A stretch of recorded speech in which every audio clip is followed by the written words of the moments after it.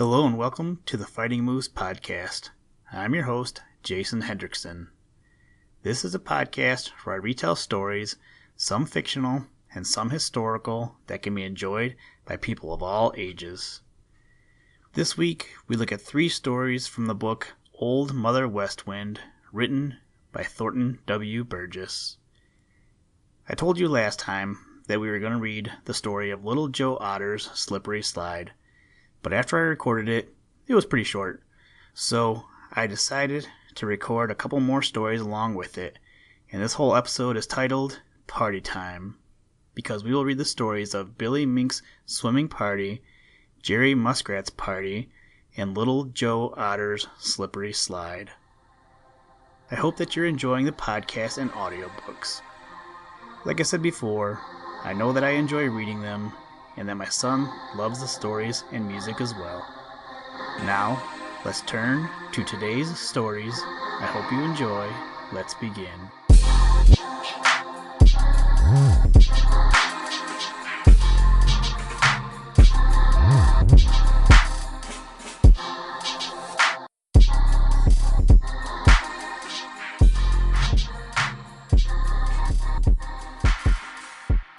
Billy Mink's swimming party. Billy Mink was coming down the bank of the Laughing Brook. Billy Mink was feeling very good indeed. He had had a good breakfast, the sun was warm, little white cloud ships were sailing across the blue sky, and their shadows were sailing across the green meadows. The birds were singing, and the bees were humming. Billy Mink felt like singing too, but Billy Mink's voice was not meant for singing. By and by, Billy Mink came to the Smiling Pool. Here the Laughing Brook stopped and rested on its way to join the big river. It stopped its noisy laughing and singing, and just by smiling and smiling in the warm sunshine. The little flowers on the bank leaned over and nodded to it. The beech tree, which was very old, sometimes dropped a leaf into it. The cattails kept their feet cool in the edge of it. Billy Mink jumped out on the big rock and looked down into the Smiling Pool. Over a green lily pad he saw old Grandfather Frog. "Hello, Grandfather Frog," said Billy Mink. "Hello, Billy Mink," said Grandfather Frog. "What mischief are you up to this fine sunny morning?" Just then Billy Mink saw a little brown head swimming along one edge of the Smiling Pool. "Hello, Jerry Muskrat," shouted Billy Mink. "Hello your own self, Billy Mink," shouted Jerry Muskrat. "Come in and have a swim. The water's fine." "Good," said Billy Mink. "We'll have a swimming party." So Billy Mink called all the merry little breezes of Old Mother West Wind who were playing with the flowers on the bank, and sent them to find Little Joe Otter and invite him to come to the swimming party. Pretty soon back came the little breezes, and with them came Little Joe Otter. "Hello, Billy Mink," said Little Joe Otter. "Here I am." "Hello, Little Joe Otter," said Billy Mink. "Come up here on the big rock and see who can dive the deepest into the Smiling Pool." So Little Joe Otter and Jerry Muskrat climbed up on the big rock side of Billy Mink, and they all stood side by side in their little brown bathing suits looking down into the Smiling Pool. "Now, when I count to 3, we'll all dive into the Smiling Pool together and see who can dive the deepest." "1," said Billy Mink. "2," said Billy Mink. "3," said Billy Mink. And when he said 3, in they all went head first. My, such a splash as they did make. They upset old Grandfather Frog so that he fell off his lily pad. They frightened Mr. and Mrs. Trout so that they jumped right out of the water. Tiny Tadpole had such a scare that he hid way, way down in the mud with only the tip of his funny little nose sticking out. "Chug-a-rum," said old Grandfather Frog, climbing out of his lily pad. "If I wasn't so old, I would show you how to dive." "Come on, Grandfather Frog," cried Billy Mink. "Show us how to dive." And what do you think? Why, old Grandfather Frog actually got so excited that he climbed up on the big rock to show them how to dive. Splash! Went Grandfather Frog into the Smiling Pool. Splash! Went Billy Mink right behind him. Splash! Splash! Went Little Joe Otter and Jerry Muskrat right at Billy Mink's heels. "Hurrah!" shouted Mr. Kingfisher, sitting on a branch of the old beech tree. And then, just to show them that he could dive too, splash! he went into the Smiling Pool. Such a noise as they did make! All the little breezes of Old Mother West Wind danced for joy on the bank. Blacky the Crow and Sammy Jay flew over to see what was going on. "Now let's see who can swim the farthest under water," cried Billy Mink. So they all stood side by side on one edge of the Smiling Pool. "Go!" shouted Mr. Kingfisher, and in they all plunged. Little ripples ran across the Smiling Pool, and then the water became as smooth and smiling as if nothing had gone into it with a plunge. Now old Grandfather Frog began to realize that he wasn't as young as he used to be, and he couldn't swim as fast as the others anyway. He began to get short of breath, so he swam up to the top and stuck just the tip of his nose out to get some more air. Sammy Jay's sharp eyes saw him. "There's Grandfather Frog!" he shouted. So then Grandfather Frog popped his head out and swam over to his green lily pad to rest. Way over beyond the big rock, little bubbles in 3 long rows kept coming up to the top of the Smiling Pool. They showed just where Billy Mink, Little Joe Otter, and Jerry Muskrat were swimming, way down out of sight. It was the air from their lungs making the bubbles. Straight across the Smiling Pool went the lines of little bubbles, and then way out on the farther side 2 little heads bobbed out of water close together. They were Billy Mink and Little Joe Otter. A moment later Jerry Muskrat bobbed up beside them. You see, they had swum clear across the Smiling Pool, and of course they could swim no farther. So Billy Mink's swimming party was a great success.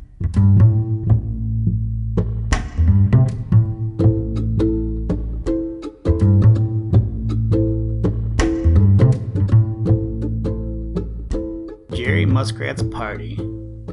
All the merry little breezes of Old Mother West Wind were hurrying over the green meadows. Some flew this way, and some ran that way, and some danced the other way. You see, Jerry Muskrat had asked them to carry his invitations to a party at the big rock in the Smiling Pool.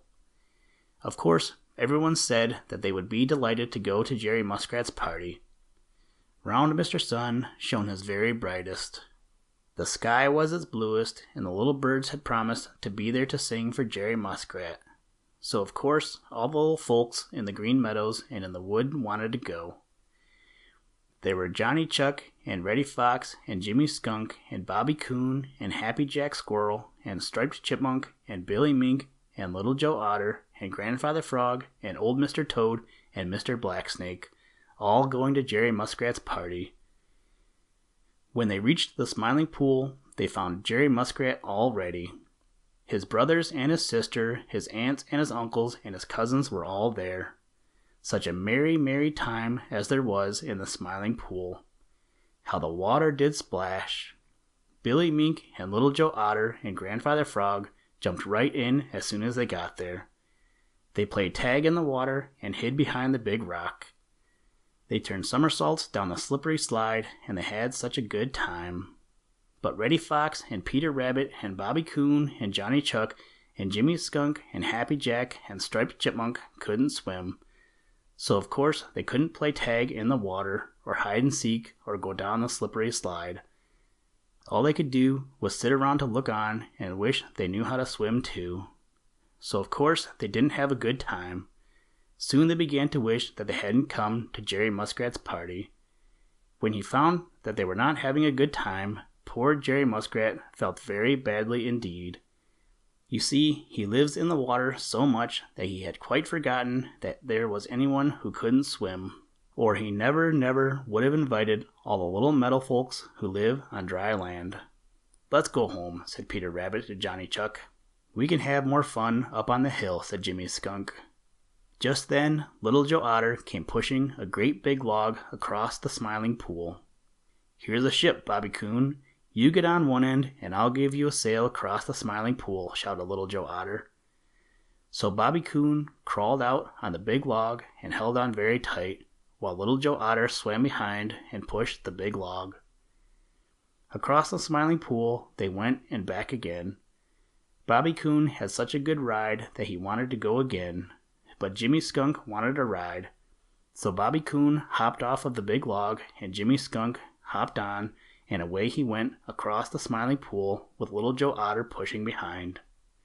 Then Jerry Muskrat found another log and gave Peter Rabbit a ride. Jerry Muskrat's brothers and sisters and aunts and uncles and cousins found logs and took Reddy Fox and Johnny Chuck and even Mr. Toad back and forth across the Smiling Pool. Happy Jack Squirrel sat up very straight on the end of his log and spread his great bushy tail for a sail. All the little breezes blew and blew, and Happy Jack Squirrel sailed round and round the Smiling Pool. Sometimes someone would fall off into the water and get wet, but Jerry Muskrat or Billy Mink always pulled them out again, and no one cared the tiniest bit for a wetting. In the bushes around the Smiling Pool, the little birds sang and sang.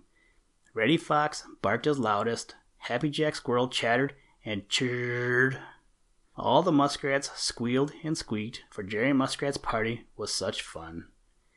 By and by, when Mr. Sun went down behind the purple hills to his home, and Old Mother West Wind with all her merry little breezes went after him, and the little stars came out to twinkle and twinkle, the Smiling Pool lay all quiet and still, but smiling and smiling to think what a good time everyone had had at Jerry Muskrat's party.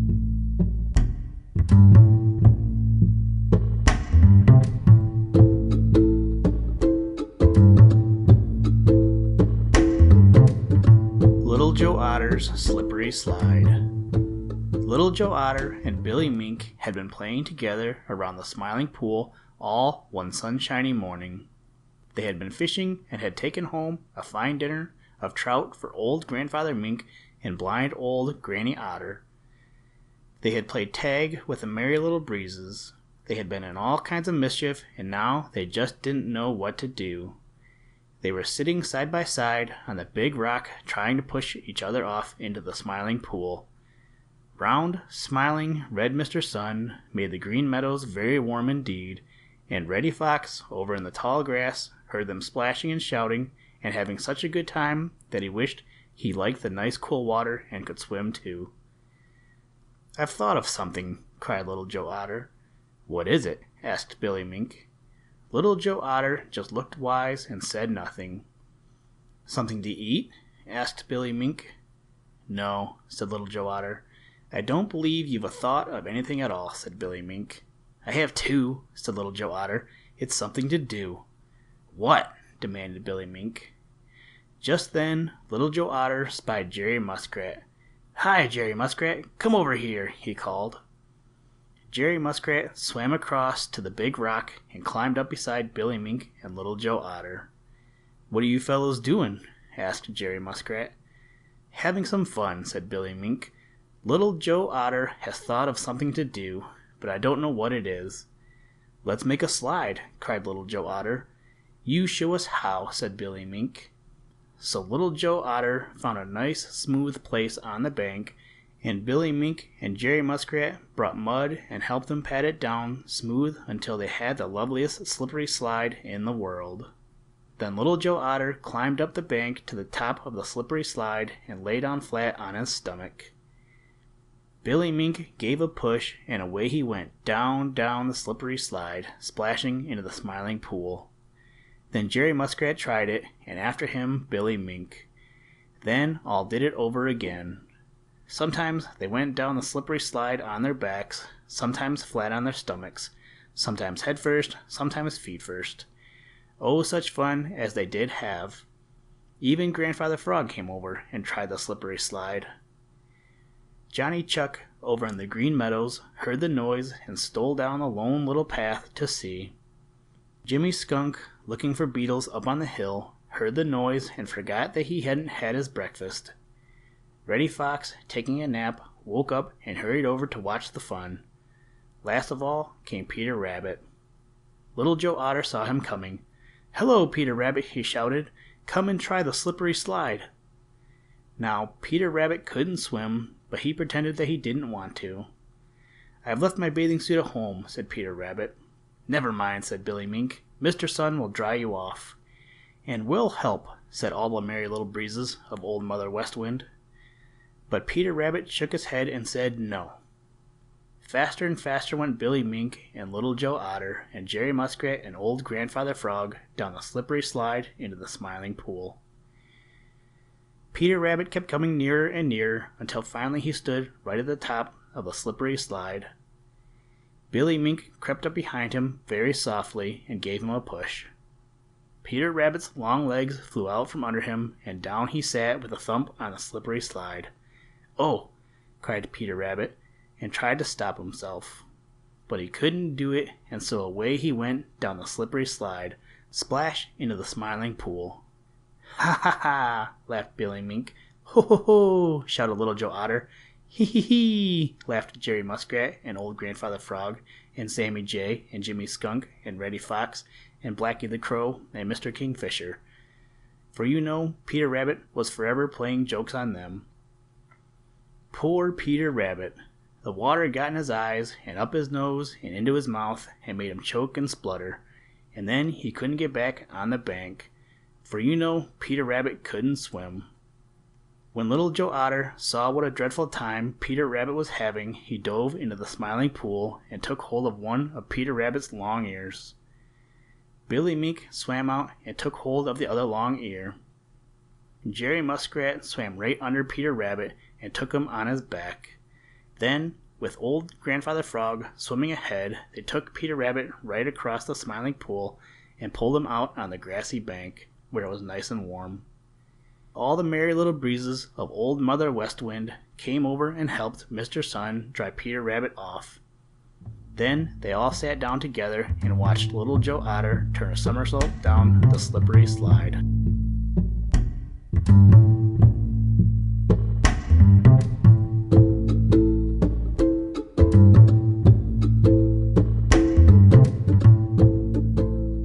This is the part of the podcast where we look at a verse or two from the Bible, the Gospel, the Good Word. I hope you are finding these verses helpful and or insightful. My hope is that they will help you throughout your day. Who knows what you will face, but again my hope is that with these scriptures you will find joy and peace in your life, and that in turn you will try and spread that to your friends and family, who in turn will continue that, and we can try and overcome all of the negativity that we see every day in our lives. Today's verse comes to us from the book of Deuteronomy and reads as follows. There will always be poor people in the land. Therefore, I command you to be open-handed toward your fellow Israelites who are poor and needy in your land. Deuteronomy chapter 15, verse 11.